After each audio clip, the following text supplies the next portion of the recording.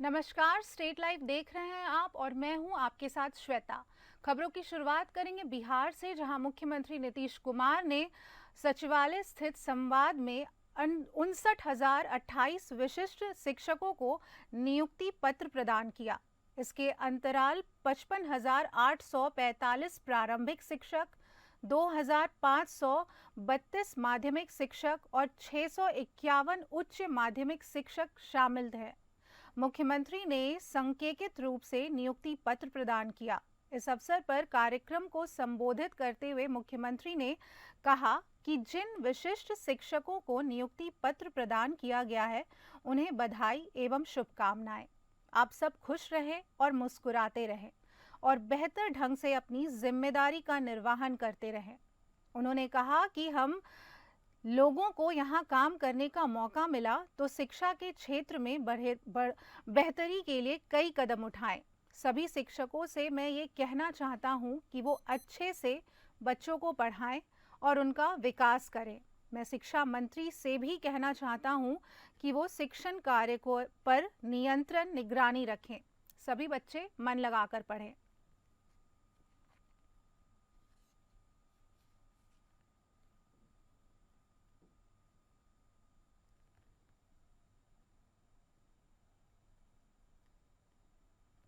जन स्वराज के सूत्रधार प्रशांत किशोर ने सरकार बनने के बाद पलायन रोकने के लिए लालू के बयान पर पलटवार करते हुए कहा है कि 40 वर्ष राजनीति करने के बाद लालू जी को याद आ रहा है कि बिहार में पलायन भी रोका जा सकता है। उन्होंने सिर्फ इतना कहा कि पलायन रोकेंगे, लेकिन ये नहीं बताया कि कैसे रोकेंगे। जन स्वराज ने जो 5 वादे किए हैं, उनका पहले से ही गहन अध्ययन किया जा चुका है। हम कह रहे हैं कि पलायन रोकेंगे, तो हमारे पास तर्क है कि कैसे रोकेंगे। जो पूंजी बैंकों के माध्यम से बिहार से बाहर जा रही है, उसे रोककर हम पूंजी का पलायन रोकेंगे। और जब पूंजी का पलायन रुकेगा, तो फिर बुद्धि का पलायन रुकेगा और फिर श्रम का पलायन अपने आप ही रुक जाएगा। जिस दिन पलायन रुक जाएगा, वो बिहार के लिए सबसे बड़ी खुशी का दिन होगा। इसीलिए जन स्वराज सिर्फ वही बात करता है जो किया जा सकता है। हम चाहे चुनाव जीतें या हारें, जन स्वराज दूसरी पार्टियों की तरह नहीं है जो कहती है सब कुछ करेंगे लेकिन करती कुछ नहीं।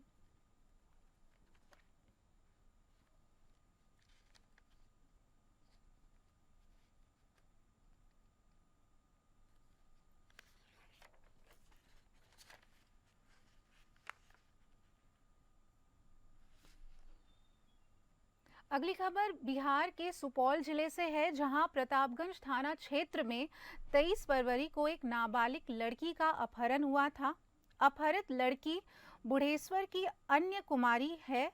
परिजनों ने गांव के कुछ युवकों को नामजद बनाकर प्रतापगंज थाना में लिखित आवेदन दिया था, लेकिन 5 दिन बीत जाने के बावजूद भी पुलिस उस मामले में अब तक कोई कार्रवाई नहीं कर पाई है। परिजनों ने प्रतापगंज थाना के पुलिस पर आरोप लगाते हुए बताया है कि नाबालिग लड़की की अपहरण के बाद उन्होंने थाना में नामजद करके आवेदन दिया, लेकिन थाना अध्यक्ष अब तक इस मामले में कोई एफआईआर दर्ज नहीं की है, ना ही नाबालिग लड़की का पता लगा सकी है। परिजनों का आरोप है कि पुलिस आरोपी को बचाने के चक्कर में लगी हुई है। इस मामले को लेकर थाना अध्यक्ष प्रमोद झा ने बताया कि एफआईआर हो गई है और आगे की कार्रवाई की जा रही है।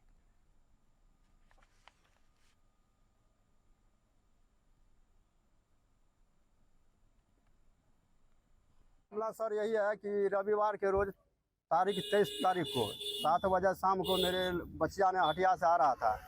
भट्ठा पर थोड़ा सुनसान जगह पर था, वहाँ से 4 चक्का उठा कर मेरे बच्चा को चढ़ा लिया। कोई आदमी आया, बोले कोई कहने के लिए, तो हम गए ढूंढने के लिए। उत्तर दिशा में 4 चक्का भाग गया। वहाँ से आया घर पर लड़का के बाप को जाके बोले, लड़का के बाप ने हमको मार। अरविंद पासवान है उसका पिता का नाम। अगली खबर झारखंड के बेरमो से, जहां सब्जी मंडी के फुटकर विक्रेता युवा व्यवसाय संघ के अध्यक्ष वैभव चौरसिया के नेतृत्व में बेरमो सीईओ संजीत कुमार से मिले। इस दौरान फुसरो सब्जी मंडी के सरकारी जमीन को अतिक्रमण मुक्त करने के लिए बेरमो अंचलाधिकारी द्वारा सब्जी विक्रेताओं को चेतावनी को लेकर चर्चा हुई।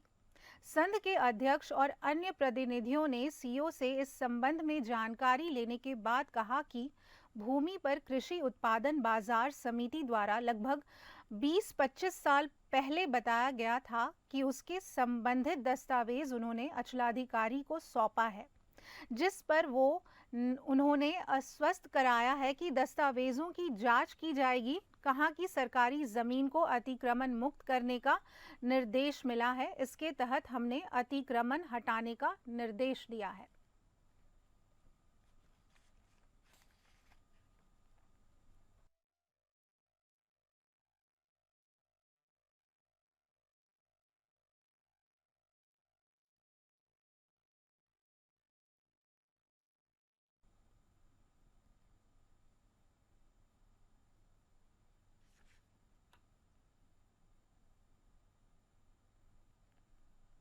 सब्जी मंडी के फुटकर विक्रेता युवा व्यवसाय संघ के अध्यक्ष वैभव चौरसिया के नेतृत्व में बेरमो सीओ संजीत कुमार से मिले। इस दौरान फुसरो सब्जी मंडी के सरकारी जमीन को अतिक्रमण मुक्त करने के लिए बेरमो अंचलाधिकारी द्वारा सब्जी विक्रेताओं को चेतावनी को लेकर चर्चा हुई। संघ के अध्यक्ष और अन्य प्रतिनिधियों ने सीओ से इस संबंध में जानकारी लेने के बाद कहा कि भूमि पर कृषि उत्पादन बाजार समिति द्वारा लगभग 20-25 साल पहले बताया गया था, उसके संबंधित दस्तावेज उन्होंने अंचलाधिकारी को सौंपा, जिस पर उन्होंने बताया कि दस्तावेजों की जांच की जाएगी। कहा कि सरकारी जमीन को अतिक्रमण मुक्त करने का निर्देश मिला है, इसके तहत हमने अतिक्रमण हटाने का निर्देश दिया है।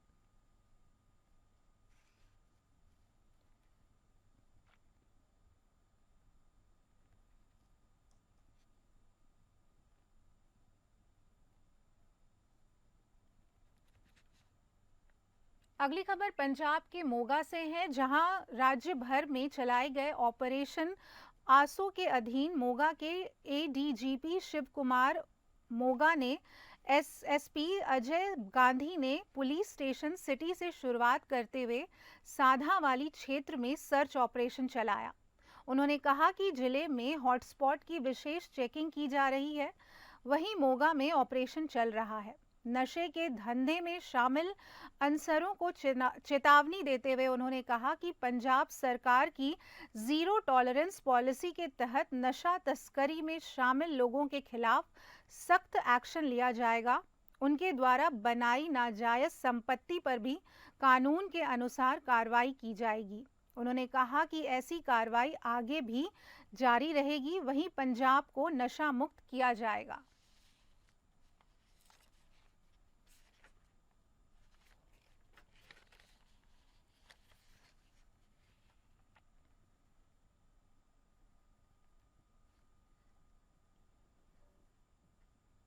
अगली खबर भी पंजाब से, जहां पंजाब सरकार के द्वारा चलाई जा रही युद्ध नशे के विरुद्ध मुहिम के तहत पटियाला पुलिस ने नशा तस्करी के खिलाफ छापेमारी की। एक घर से नकदी और नशा तोले जाने वाली मशीन बरामद की गई है। डीआईजी पटियाला रेंज और एसएसपी पटियाला मौके पर मौजूद थे।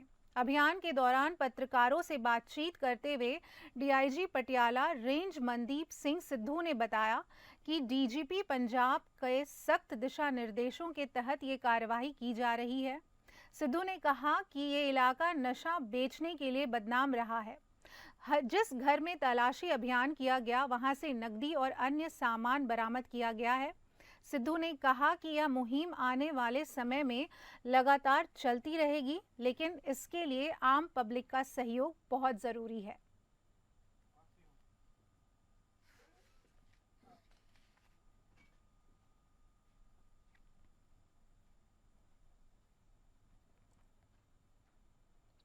अगली खबर भी पंजाब से, जहां तरन तारन में बड़ा हादसा हो गया। यहां पंडोरी गोला गांव में मकान की छत गिरने से परिवार के 5 लोगों की दर्दनाक मौत हो गई है। मृतकों में पति, पत्नी और उनके 3 बच्चे शामिल हैं। मिली जानकारी के मुताबिक रात को घर की छत गिरी। उस वक्त परिवार सो रहा था। हादसा गांधार की छत गिरने से हुआ, जिसमें 5 लोगों की जान चली गई है। मौके पर पहुंचे मृतक के परिजनों ने मीडिया से बातचीत करते हुए कहा कि हादसा बलियावाली साथ गिरने के कारण हुआ, जिसमें घर के 5 सदस्यों की मौत हो गई है। थाना सदर तरनातरन की पुलिस भी मौके पर पहुंच गई है। वो मृतकों के शव को पोस्टमार्टम कराकर उचित कार्रवाई करने की बात कर रहे हैं। मृतकों की पहचान गुरविंदर सिंह, अमरजीत कौर एकू और गुरलाल सिंह के रूप में हुई है। ਕਰਕੇ ਉਹ ਜਿਹੜਾ ਛੱਤ ਜਿਹੜੀ ਡਿੱਗ ਪਈ ਹੈ, ਜਿਸ ਕਾਰਨ ਛੱਤ ਡਿੱਗਣ ਦੇ ਨਾਲ ਜਿਹੜੇ ਗੋਇੰਦਰ ਸਿੰਘ ਤੇ ਇਹਦੀ ਮਿਸੇਜ ਤੇ ਇਹਦੇ 2 ਲੜਕੇ ਤੇ 1 ਲੜਕੀ, ਇਹਨਾਂ ਦੀ ਜਿਹੜੀ ਮੌਤ ਹੋ ਚੁੱਕੀ ਹੈ ਤੇ ਇਹਨਾਂ ਨੂੰ ਅਸੀਂ ਇੱਥੇ ਹਸਪੀਟਲ ਲਿਆਂਦਾ ਸੀ। ਇਹਦੇ ਡਾਕਟਰ ਸਾਹਿਬ ਨੇ ਇਹਨਾਂ ਨੂੰ ਡੈੱਡ ਘੋਸ਼ਿਤ ਕੀਤਾ। ਹੁਣ ਉਹਨਾਂ ਨੇ ਤੇ ਵਾਰਸਾਂ ਨੇ ਜਿਹੜੀ ਹੈ ਇਹਨਾਂ ਦੇ ਡੈੱਡ ਬੋਡੀ ਇਹਨਾਂ ਨੇ ਕਰ ਦਿੱਤੀ ਹੈ ਵੀ ਕਾਰਵਾਈ ਹੁਣ ਦੇਖਦੇ ਆ। ਜੇ ਕੋਈ ਇਹ ਕਾਰਵਾਈ ਕਰਾਉਣਾ ਚਾਹੁੰਦੇ ਤੇ ਅਸੀਂ ਬਣਦੀ ਲੋੜ ਅਨੁਸਾਰ ਕਾਰਵਾਈ ਕਰਾਂਗੇ। ਤੇ ਇਹਦੇ ਜਿਹੜੇ ਬੱਚੇ ਆ ਜਿਹੜੀ ਉਹਨਾਂ ਦੀ ਜਿਹੜੀ ਉਮਰ ਹੈ 17 ਤੋਂ ਲੈ ਕੇ 22 ਸਾਲ ਦੇ ਵਿੱਚ ਨੇ ਤੇ ਜਿਹੜੇ ਦੋਨੋਂ ਮੀਆਂ ਬੀਬੀ ਆ ਇਹਨਾਂ ਦੀ 45 ਸਾਲ ਦੇ ਕਰੀਬ ਇਹਨਾਂ ਦੀ ਅਜੇ ਐਸੀ ਕਾਸਟ ਨੂੰ ਬਿਲੋਂਗ ਕਰਦੇ ਆ। ਸਰ ਇਹ ਟੋਟਲ 5 ਮੌਤਾਂ ਹੋਈਆਂ। ਟੋਟਲ 5 ਮੌਤਾਂ ਸਮਾਂ ਕਿੰਨੇ ਕੁ ਵਜੇ ਦਾ ਸੀਗਾ? ਸਮਾਂ ਸਾਨੂੰ ਹੁਣ ਤਕਰੀਬਨ ਇਨਫੋਰਮੇਸ਼ਨ ਮਿਲੀ ਹੈ। ਅਸੀਂ ਵੀ ਹੁਣ ਮੈਂ ਮੌਕੇ ਤੋਂ ਜਾ ਕੇ ਆਇਆ ਹਾਂ। ਹੁਣ ਮੈਂ ਹਸਪੀਟਲ ਆ ਗਿਆ। ਬਾਕੀ ਦੇਖਦੇ ਆ ਇਹ ਕੀ ਆਪਣਾ ਸਟੇਟਮੈਂਟ ਵਗੈरह ਲਿਖਾਉਂਦੇ ਆ, ਉਹਨਾਂ ਦੇ ਮੁਤਾਬਕ ਜਿਹੜੀ ਬਣਦੀ ਕਾਨੂੰਨੀ ਕਾਰਵਾਈ ਕਰਾਂਗੇ। Okay sir. अगली खबर भी तरन पंजाब से है, जहां जिले के खेड़ा गांव में तड़के गैंगस्टरों और पंजाब पुलिस के बीच मुठभेड़ हो गई। मुठभेड़ के बाद पुलिस ने 3 बदमाशों को गिरफ्तार कर लिया। जानकारी के मुताबिक तीनों बदमाश मोटरसाइकिल पर आ रहे थे और पुलिस के जरिए गेट पर रुकने का इशारा करने पर उन्होंने फायरिंग कर दी। जवाबी कार्रवाई में पुलिस ने भी फायरिंग की, जिसमें 2 बदमाश घायल हो गए।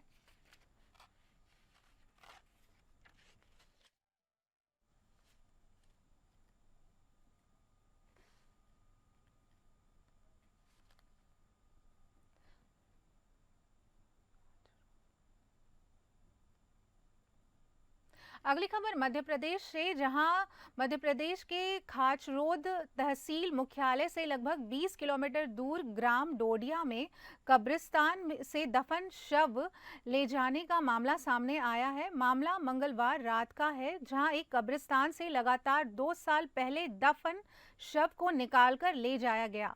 जैसे ही मुस्लिम समाज के लोगों को पता चला तो तुरंत चंपाखेड़ा पुलिस चौकी पर इसकी सूचना दी गई।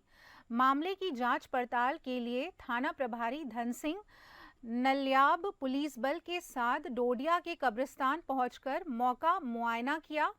जांच में पता चला कि पहले भी एक कब्र को खोदा गया है। जब वह कब्र नहीं खुदी, उस कब्र को और खोदा गया। कब्र से थोड़ी दूर पर बबूल के नीचे कफन का कपड़ा मिला और थोड़ा आगे एक पैर के पंजे की हड्डी मिली है। थाना प्रभारी नलवाय ने बताया कि प्रथम दृष्टतम ये मामला तांत्रिक क्रिया का लग रहा है। ये बहुत ही संगीन मामला है। हमने प्रकरण दर्ज कर जांच प्रक्रिया शुरू कर दी है। बहुत जल्द इस मामले का खुलासा पुलिस करेगी। आरोपी कोई भी हो, उस पर कड़ी कार्रवाई की जाएगी।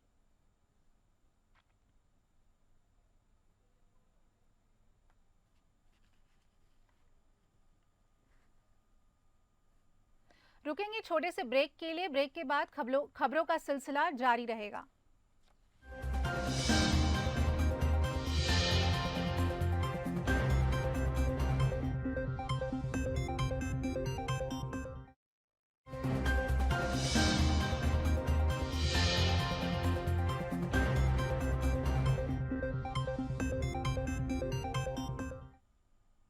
ब्रेक के बाद स्वागत है आपका। खबरों को आगे बढ़ाते हैं। खबर अब यूपी से, जहां संभल सपा सांसद जियाउर रहमान वर्क ने यूपी सरकार की ओर से शाही जामा मस्जिद को लेकर सुप्रीम कोर्ट में दाखिल की गई स्टेट रिपोर्ट पर आपत्ति जताई है।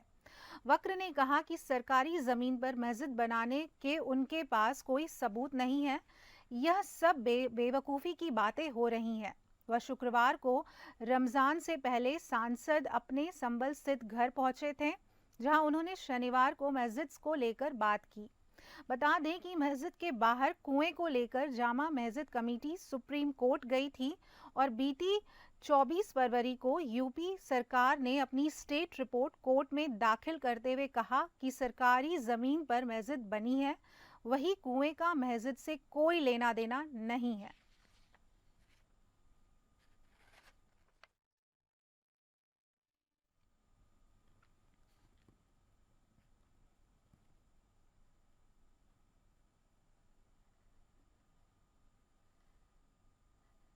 अगली खबर अलीगढ़ के यूपी से है, जहां भीम आर्मी प्रमुख और सांसद चंद्रशेखर आजाद अलीगढ़ मुस्लिम विश्वविद्यालय में आयोजित टीचर एसोसिएशन के कार्यक्रम में शिरकत करने पहुंचे थे।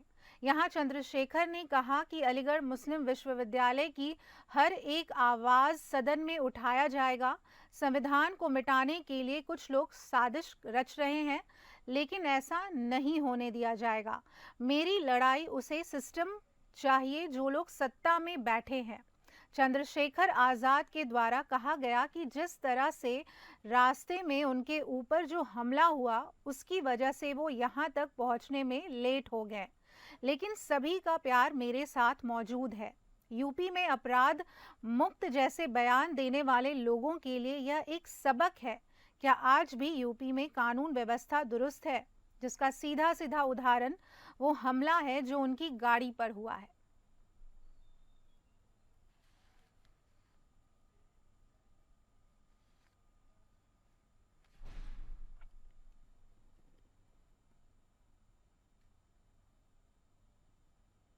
खबर उत्तर प्रदेश के माऊ से है, जहां गाजीपुर तिराहा स्थित राहुल हॉस्पिटल के अंदर अवैध रूप से कैंटीन बिना खाद्य विभाग की अनुमति से संचालित हो रहा है। कैंटीन के पास खाद्य विभाग द्वारा रजिस्ट्रेशन भी नहीं कराया गया है और ये कैंटीन 2 वर्षों से अवैध तरीके से राहुल हॉस्पिटल में चल रहा है। वही कैंटीन के संचालक द्वारा राहुल हॉस्पिटल में आने वाले मरीजों के साथ अभद्रता और बदतमीजी भी की जाती है। बताते चले कि राहुल हॉस्पिटल से निकलने वाले कूड़े को हॉस्पिटल के बाहर फेंका जा रहा है, जिससे राहुल हॉस्पिटल में आने वाले मरीजों की जान खतरे में पड़ रही है।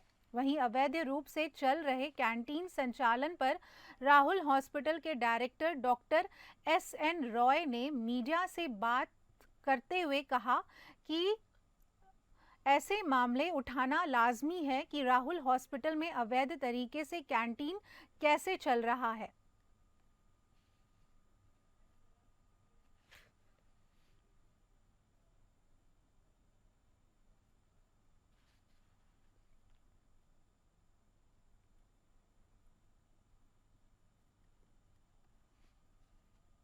अगली खबर रामपुर यूपी से है। आपने अक्सर देखा होगा कि पुरुष चोरी की वारदातों को अक्सर अंजाम देते हुए देखा होगा और सुना भी होगा, लेकिन इस तरह की घटनाएं जहां महिलाओं के जरिए चोरी को अंजाम दिया जाता है, ये कम सुनने को मिलता है।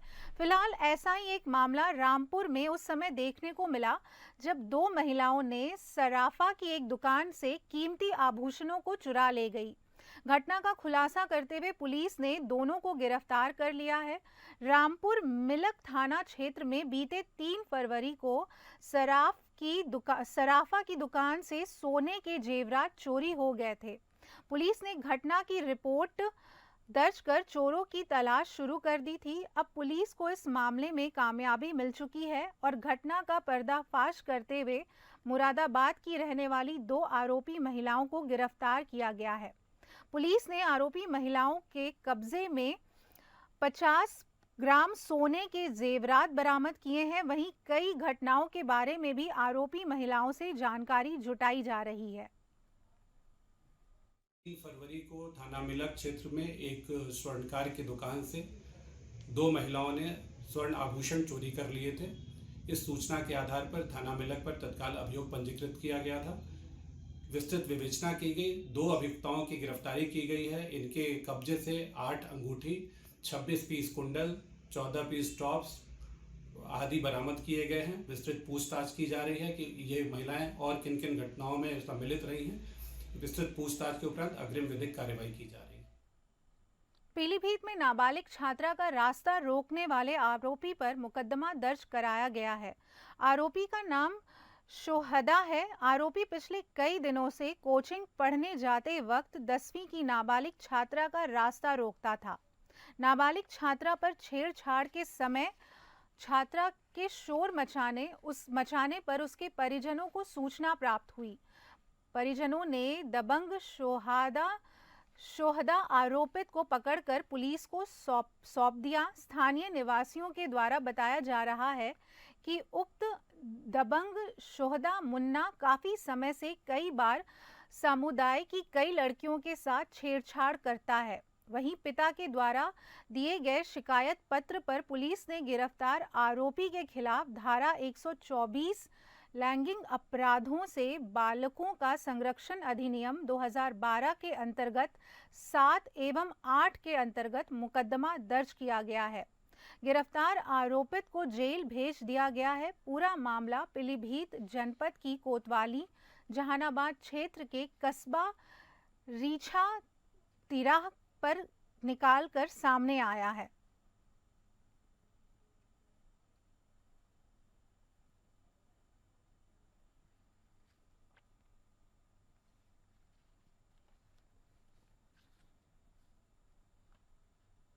अगली खबर बरेली की है, जहां बरेली में Nainital highway double decker bus और ट्रैक्टर ट्रॉली में जबरदस्त भिड़ंत हो गई। बस में तीर्थ यात्रियों से हुई थी। गुजरात के रहने वाले तीर्थ यात्री अयोध्या दर्शन के बाद बस से हरिद्वार जा रहे थे। भीषण सड़क हादसे में 2 तीर्थ यात्रियों की मौत, 3 घायल हो गए। हादसे में सड़क पर लंबा जाम लग गया। लोगों ने हादसे की सूचना पुलिस को दी। पुलिस ने मौके पर पहुंचकर शवों को पोस्टमार्टम के लिए अस्पताल भेजा। हादसा भोजीपुरा थाना क्षेत्र में विल्बा पुल के पास हुआ था। आज दिनांक 1/3/2025 को सुबह 6:30 बजे के आसपास एक बस जिसका नंबर AS 01RC 9649 है, जो गुजरात भावनगर की है, वो श्रद्धालुओं को लेकर भावनगर से अयोध्या गई थी और अयोध्या से हरिद्वार के लिए जा रही थी।